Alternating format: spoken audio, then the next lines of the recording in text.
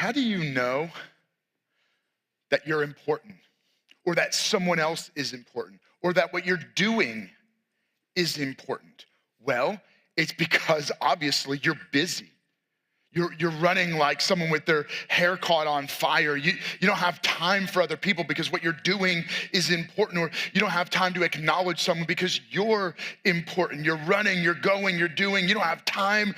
You don't have time to think. You don't have time to let someone merge in front of you. You don't have time to stand in line because you're important. You got important things to do. And, how do you tell your family or others that they're not important? Well, just pull out your phone and make it clear that the person who texted you or the notification or the thing going on in your life is more important than them. More important than who's at the dining room table or who's sitting next to you on a date or who's in a meeting at work. No, what I have in front of me is more important, or I'm more important. Now, I'm not trying to call you out or embarrass you or shame you, right? I just recognize that you and I have a tendency to be busy. And it's not that we have just overfilled our lives, although we do. It's that we choose to pack our lives with so much because it makes us feel important. And so let me just kind of challenge you and ask you a question. How can you make the most of your time? I know I've been really challenged in this area. I'm one of those people that kind of go, and do, and kind of always going from one thing to the next thing. And I can oftentimes, or in the past, have made those that were right next to me feel like they weren't as important as the next thing I wanted to do.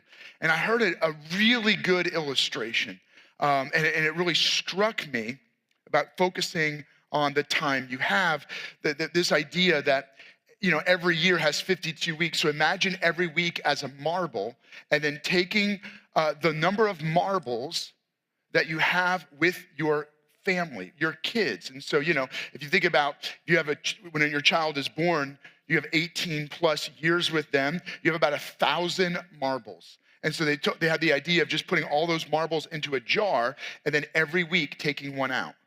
And at first, it looks like you have a full jar of marbles, but as the years go by, you can just see the time you have with your kids dropping. Now, some of you, that's just breaking your heart because your kids are getting ready to move out, or you've got adult kids, or you've lost a child and your heart just breaks because you didn't get all those marbles or they're already gone.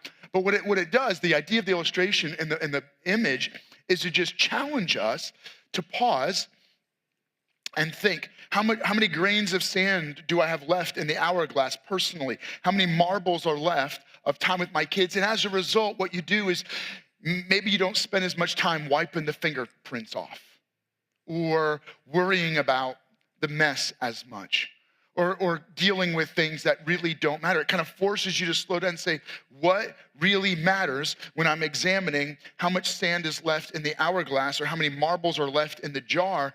How do I best use the time I have? And so, a key question I would have for you is, how do you make the most of your time?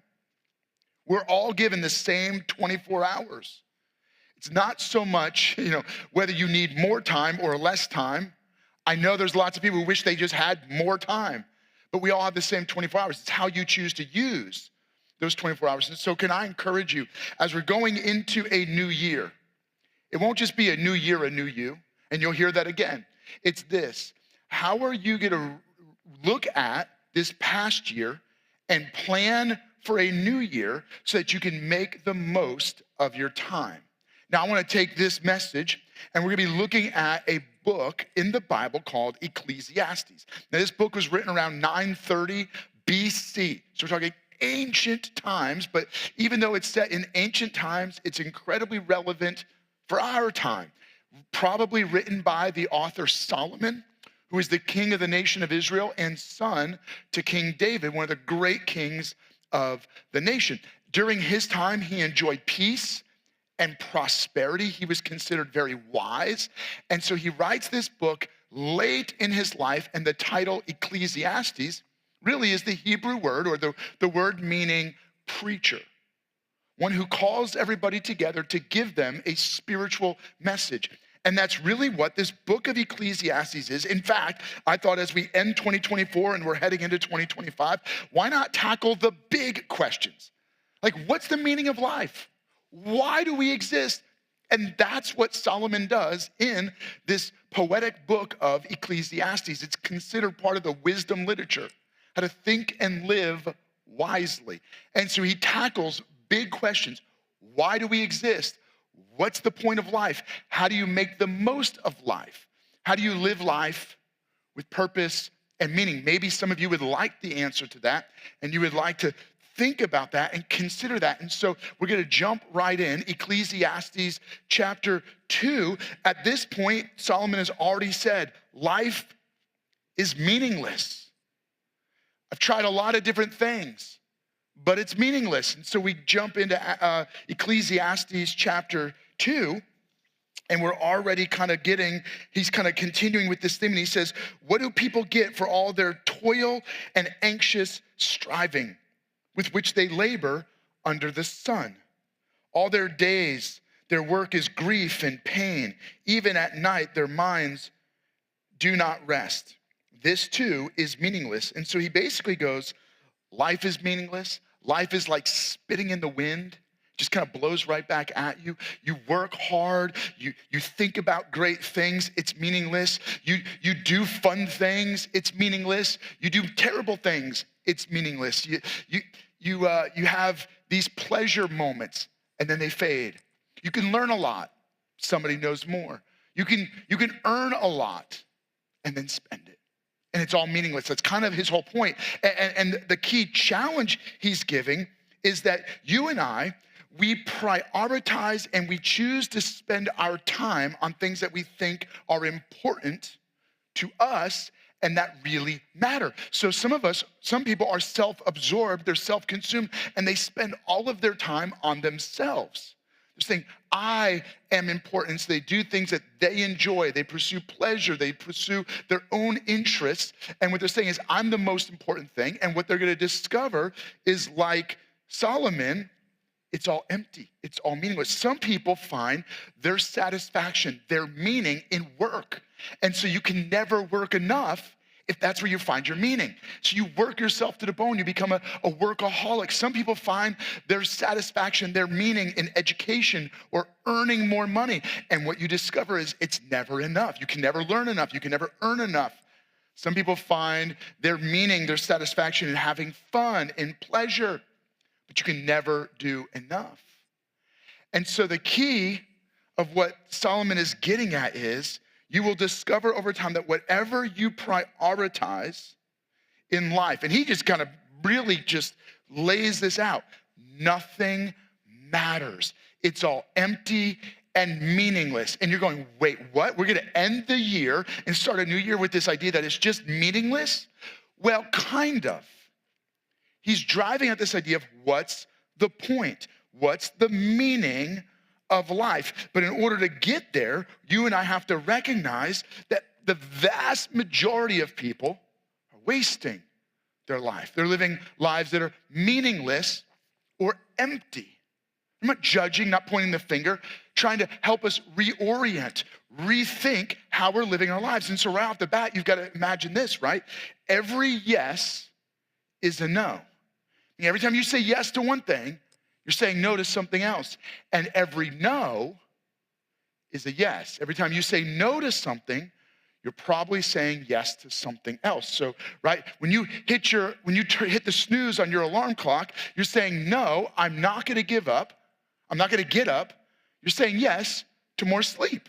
That sounds great, except some of you, what you just said no to was getting up and getting some personal quiet time alone with God, or getting up and going for a run, or exercising, or making a healthy breakfast, right? Having a smoother routine. So you slept in, and then you got up in a panic because you slept in too late, and now you're running around the house going, I don't have enough time. I don't have enough time. I'm in a hurry. And it looks like you're important because you're in a hurry and you're busy and you're trying to get things done because you said, no, I'm not getting up and I'm not doing the things that matter. And so the key idea here, what really should kind of jump out of the pages of this even this passage that I already shared, is that it is not just about doing things that we think are important. It's about reprioritizing our life and recognizing that time well spent is time well invested. Time well spent is time well invested. That's not just a nice thing to say, it's a challenge. Am I investing my time, not just spending my time? So here's the key. Don't spend your time, invest it. Don't just spend this year doing whatever you're gonna do. Invest this year. Make the most of your year. Be thoughtful about where you're going. Notice if you're driving, and Laura and I have certainly had cars like this. You're driving and they're pulling, right? You're on a straight road, and you notice that if you take your hands off the wheel a little bit, the car is gonna drift one way or the other, right? What is that called? That's called misalignment.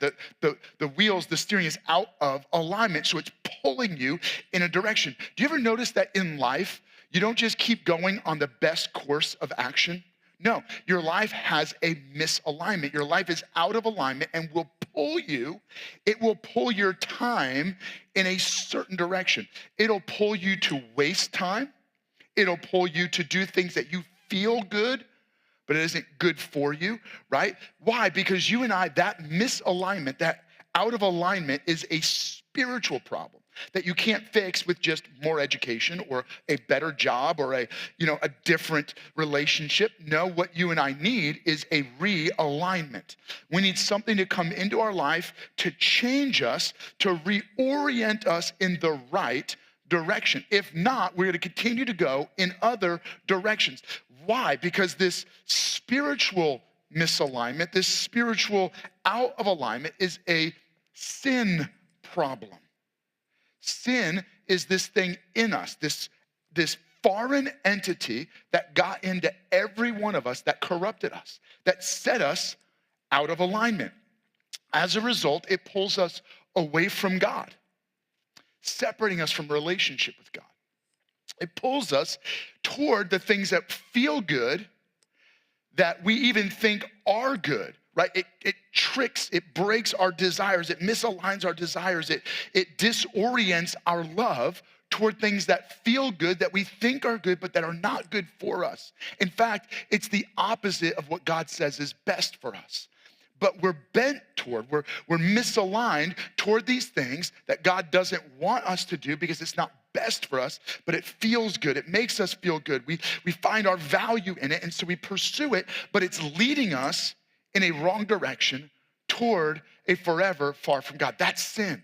Sin wreaks havoc in our life, and it consumes our time, and it wastes our time. It wastes our life spending it on things that are far from God and things that are not the purpose or meaning of life. And so what do we do with this? How do we properly discover how to reorient our life around what is best and good? Well, let me read this passage to you. It's Ecclesiastes chapter 3, verse 11. It says this: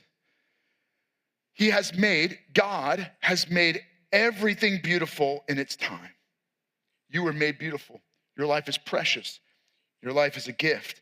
He has also set eternity in the human heart. God has put the seed of eternity into your soul. But then he challenges with this. He goes, yet no one can fathom what God has done from the beginning to the end, meaning nobody really fully gets what God is up to.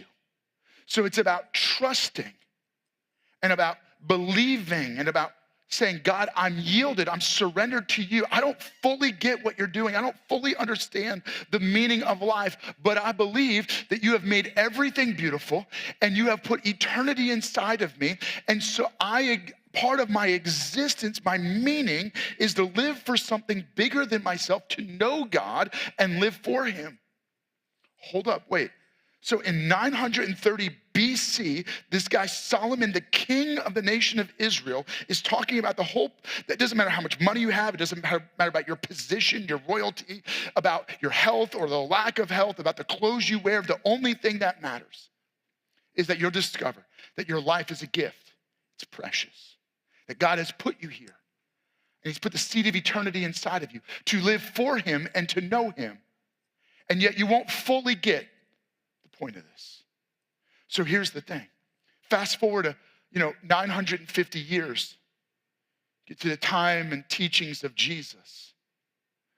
Jesus shows up, God in human form, to rescue us from this endless hamster wheel of spending our life on craziness, on wasting our life, on being misaligned from the right way of living. And so that we need a realignment. And the only way we're gonna get a realignment is if we have a heart transformation. So what do? Jesus came from heaven to earth to give his life as the ultimate payment for our sin judgment.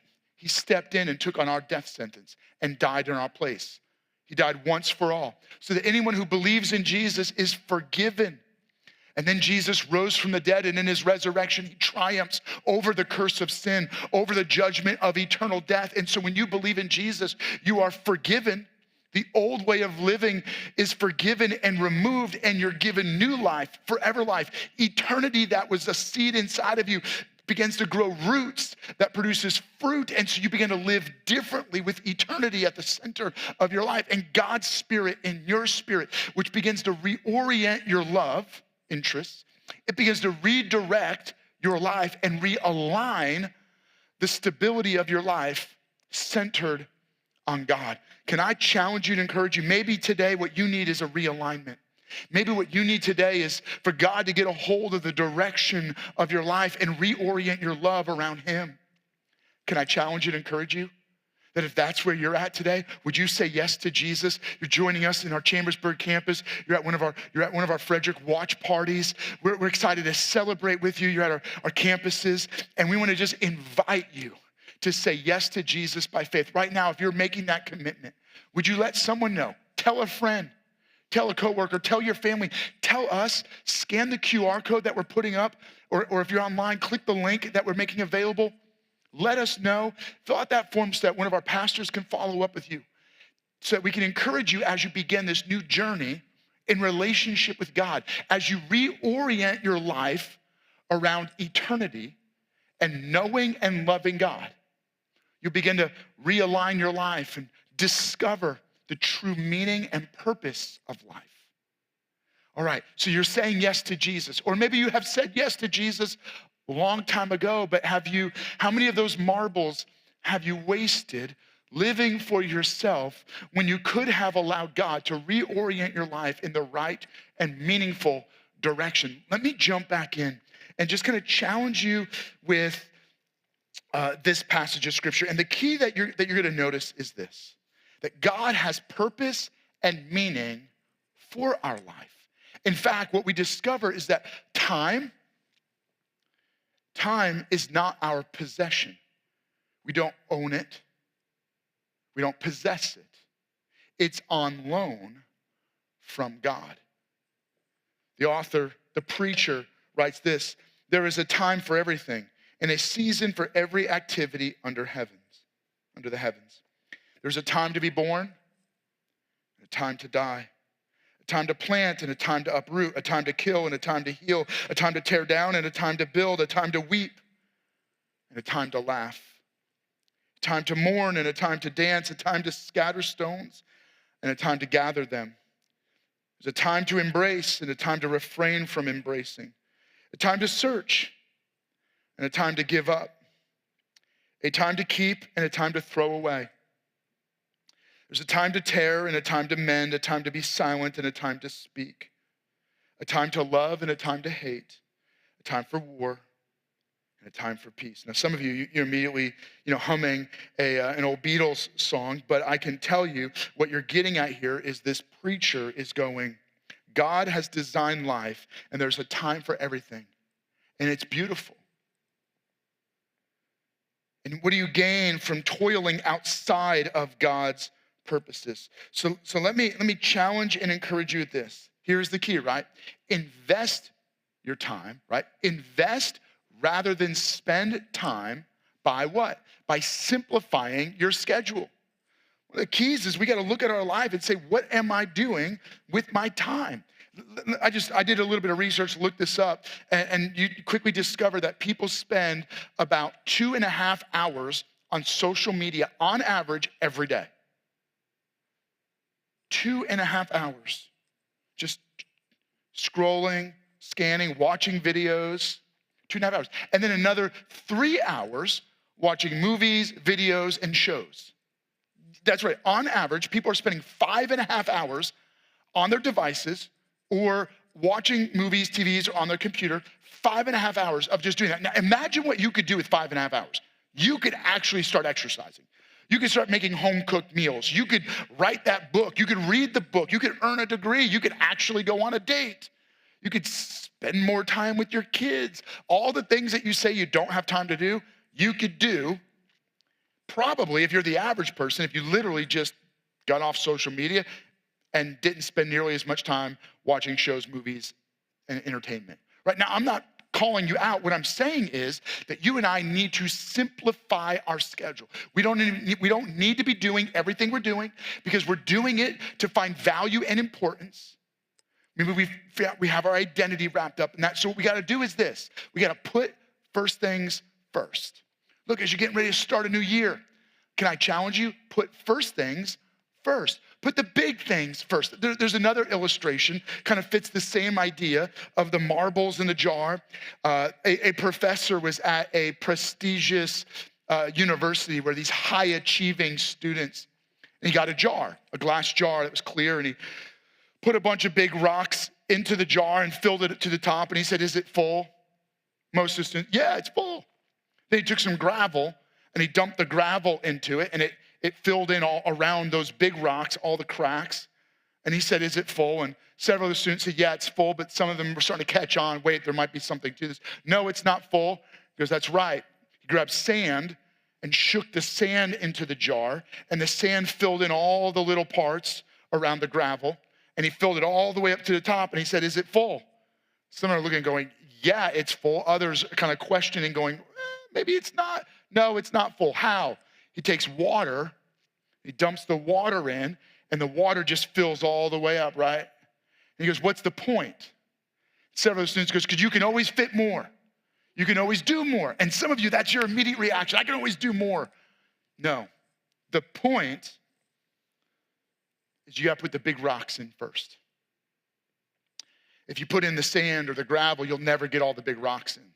Everything else has to fill in around the big things. What are the big things in your life? Put first things first. So you and I need to schedule our values. Can I challenge you to schedule your values? You gotta decide in advance what are the big rocks in your life that you're gonna put time into. Here's the deal. Put some time into planning your life. Can I encourage you to take about 10% of your life to schedule your life? And then take time as you're scheduling to pray over it. Commit it to God. God, I'm asking you to bless this, but I'm also asking you to help me to keep my focus on what matters. And so, one of the things you got to do as you're planning, as you're praying over your schedule, is to ask important questions. A bad question, what a lot of people ask, they get invited to some, and they kind of ask the question, do I have time? Now, most people don't have time. So then they just say no to things that maybe they should have said yes to. Why? Because they asked the question, do I have time? But a good question you could ask when considering whether or not you should do something is it worth it to me? Another way of asking that question, is it worth it to me, is how much of me is it worth? Because the sand is my life. How much of me is this worth? But a much better question, in fact, the best question you can ask is this wise? Is this the best use of my time? You could ask the same questions about money, but we're not talking about money. We're talking about life and time and the resource of who you are. And so I'm going to give you a couple key challenges. How do you schedule your values? Is it wise? Let me give you the list of what are the godly values in our life. First and foremost, what should get the most time, the greatest priority, meaning if you didn't do anything else in your day, what must you do? Can I just challenge you? Value time with God above all else. No matter what else you do, don't miss your time with Jesus. Spend time in prayer. Spend time reading his word. When you read the Bible, what are you doing? You're not just reading the Bible to read the Bible. You're asking the question of, what does this teach me about who God is? How can I learn from the Bible and love God more? Spend time in worship, right? So take time to pray. Take time to read the Bible. Take time to worship. Take time to love God. Then value time with those you love. First and foremost, right? As your priorities are being listed, the very next priority you have, if you're married, is your spouse. That's it. You need to spend time valuing your spouse, loving your spouse. You need to spend time together. This is critical. This is important. If you're not married, then it's your immediate family, right? If you're married and you have kids, then after you prioritize your spouse, it's your children. Now, what comes next? It's actually your church family. These are the people we love. We need to prioritize God, marriage, children, church family. After church family, then I prioritize creating and recreating, work, and then play, okay? But you see how far down the list play is, your hobbies, the things you enjoy, pretty far down the list. Now, in there, you could also say a key priority is taking care of myself. I would say God, taking care of myself, right? So that means getting proper sleep, eating healthy, those kind of things. But then my marriage, my children, my church family, work, and then recreation. Okay, so we've talked about scheduling our values. Let me kind of also give you this challenge. Remember, as you're scheduling your values, you're simplifying your schedule. It is about action, not intentions. It's not that I scheduled into my time with my kids and then I never did it. I intended to do it. No, intention doesn't matter. Action is what matters. In fact, kids understand love spelled T-I-M-E. That's what matters to them. And in order to do that, if we're gonna simplify our schedule, we gotta build in some margin, build in some white space. You know, I have a tendency to be the kind of person that if the drive takes 10 minutes, but one time in my life I made it in 7 minutes, every time I plan to do it in 7 minutes, right? That means giving myself no margin to catch any red lights. Well, that's not healthy. That leaves you endlessly strained and constrained. You're running late, you're stressed out, right? How about if it's a 10-minute commute, give yourself 15 minutes or give yourself several extra minutes. That way, if you catch not only a red light, but there's an accident, there's trouble, right? You're building in a little bit of margin so that you're not stressed and strained. Build in a little bit of extra white space. Let me read one more passage to you and give you a landing thought. He's talking about this idea that God has made everything beautiful in his time. He's planted eternity in your heart. And then he says this in verse 14 and 15. He says, that each of them may eat and drink. What's the goal here? He goes, that each of them may eat and drink and find satisfaction in all of their toil. This is the gift of God. I know that everything God does will endure forever. And so he's talking about this idea that God has designed your life. He's given you meaning and purpose in life. Your purpose in life is to know God and love God, and then live out the life God intended for you to live, which is we live for eternity. So the key I would give you is this: invest rather than spend time serving God. Every moment, every day. God, how can I live for eternity? It's a question I ask myself in prayer on a daily basis. God, may what I do today matter for eternity. So the population of heaven increases because I got out of bed. I want to live for eternity. Look, in reality, you're going to live for eternity. So when you live your life today serving for eternity, you're just putting some of it ahead. You're sending some of your life ahead. Jim Elliot, a missionary who died, was murdered on the mission field. When he was living, he wrote this: "He is no fool who gives what he cannot keep to gain what he cannot lose." How are you spending your life serving God for eternity? What will you do today that will matter for eternity? What will you plan into your schedule in 2025 that will matter forever? Can I just land with this key thought? That a life lived for God is a life well invested. But a life spent on myself is a life wasted. Don't waste your life. It runs out so quick. So let's take a moment. Let's pray. God, I commit 2025 into your hands. When I look back on 2024, God, I don't want to bring regret, shame, guilt into the new year. God, we want to commit to making the most of this new year. And so, God, help us to invest rather than spend our time. Help us to recognize what matters most and live for what matters most. Help us to simplify our lives and our schedules. Help us to prioritize what you say matters over what we feel or think matters. God, help us to live for your pleasure, not ours.